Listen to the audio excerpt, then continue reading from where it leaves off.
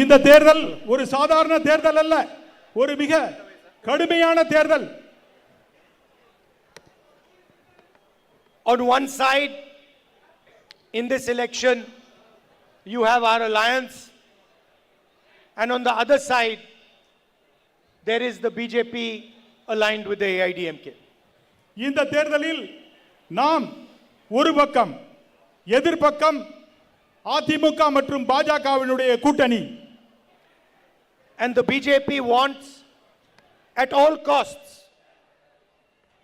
to remove Stalinji as chief minister and replace him by a puppet in the AIDMK. பாஜக அரசு நம்முடைய மாண்புமிகு முதல்வர் மு.க. ஸ்டாலின் அவர்களை அகற்றிவிட்டு இங்கே ஒரு பொம்மை முதல்வரை வைப்பதற்கு திட்டமிட்டுள்ளது. The AIDMK is a historical party in Tamil Nadu. It played an important role in Tamil Nadu. AIADMK ஒரு சிறப்பான கட்சி, தமிழக மக்களுக்காக போராடிய ஒரு கட்சி. But today's AIDMK is fundamentally different than the old AIDMK. ஆனால் இன்றுள்ள அதிமுக அந்த பொலுவிலிருந்து வலுவிலிருந்து ஒரு பொம்மை கட்சியாக திகழ்ந்து கொண்டிருக்கிறது. It is different because today's AIDMK is simply a mask for the BJP. இன்றைய அதிமுக பாஜகவின் முகமாடியாக தமிழ்நாட்டில் செயல்பட்டு கொண்டிருக்கிறது. It is the method by which the BJP and RSS want to infiltrate Tamil Nadu. இந்த வழியிலே தான் பாஜகவும் ஆர்எஸ்எஸும் தமிழ்நாட்டுக்குள்ளே ஊடுருவ முயற்சிக்கிறார்கள். And why do they want to infiltrate Tamil Nadu? எதற்காக அவர் தமிழ்நாட்டில் ஊடுருவ முயற்சிக்கிறார்கள்? Because they hate your culture, your tradition and your language. எதற்காக என்றால் உங்களுடைய மொழி, கலாச்சாரம், பண்பாடு ஆகியவற்றை சிதைப்பதற்காக இதை செய்து கொண்டிருக்கிறார்கள். Tamil is not an ordinary language. Tamil is the soul of the people of Tamil Nadu. Tamil ஒரு தொன்மையான மொழி, இந்த மக்களின் அது ஆன்மா என்றால் மிகையாகாது.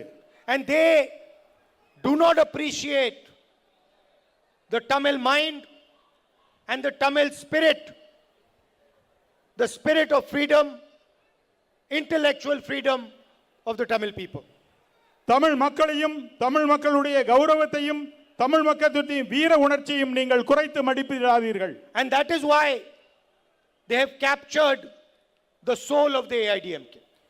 அதற்காகத்தான் அதிமுகவின் ஆன்மாவை அவர்கள் கையிலே பிடித்து வைத்திருக்கிறார்கள். The leaders of the AIDMK have all been compromised because of their corruption.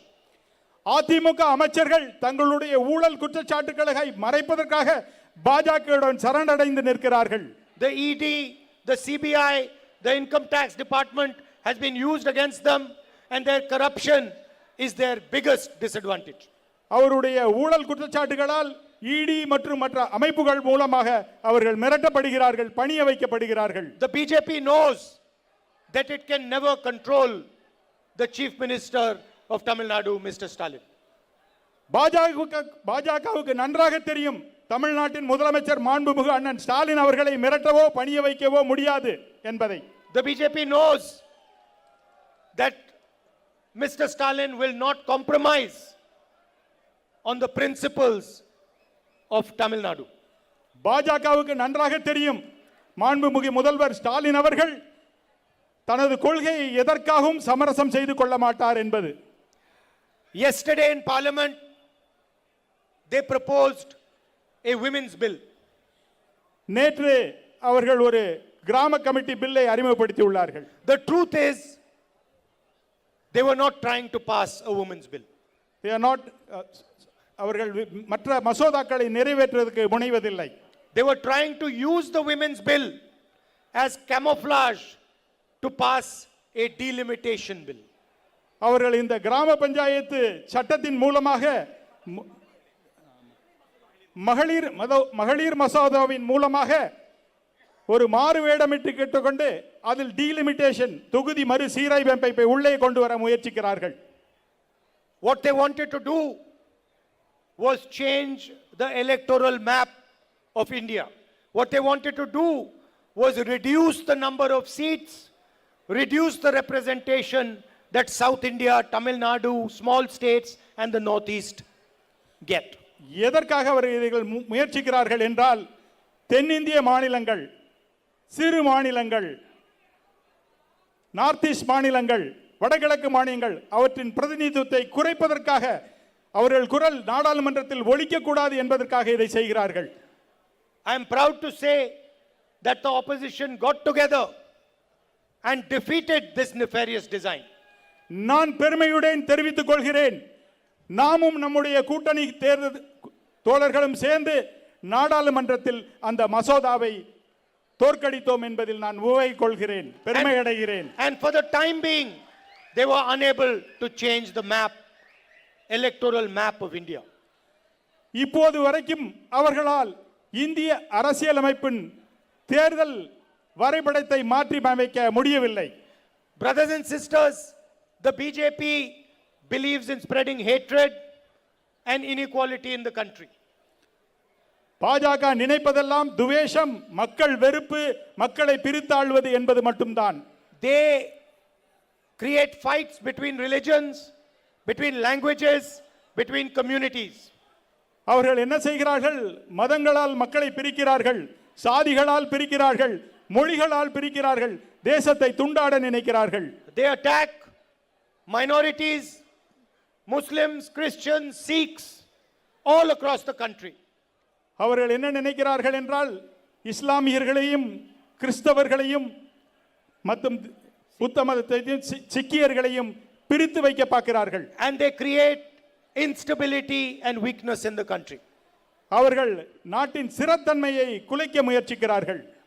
They want to support 2 or 3 big companies so that these companies can finance them, fund their electoral machine. அவர்கள் 2-3 கம்பெனிகள் மூலமாக இந்தியாவின் தேர்தல் commission மற்றும் அரசியல் அமைப்புகளை கட்டுப்படுத்த முயற்சிக்கிறார்கள். And one of the things that irritates them most is Tamil Nadu's history of social justice. சமூக நீதியை கொண்டாடி கொண்டிருக்கும் தமிழ்நாட்டிலே அதை அமல்படுத்த முயற்சிக்கிறார்கள். They do not like the idea that Tamil Nadu has followed a path of social justice, a path of equality, a path of fairness towards lower castes. அவர் சமூக நீதிக்கான பாதையை தமிழ்நாடு நடத்தி கொண்டிருப்பது என்பதை அவர்கள் விரும்பவில்லை, அதை சிதைக்க முற்படுகிறார்கள்.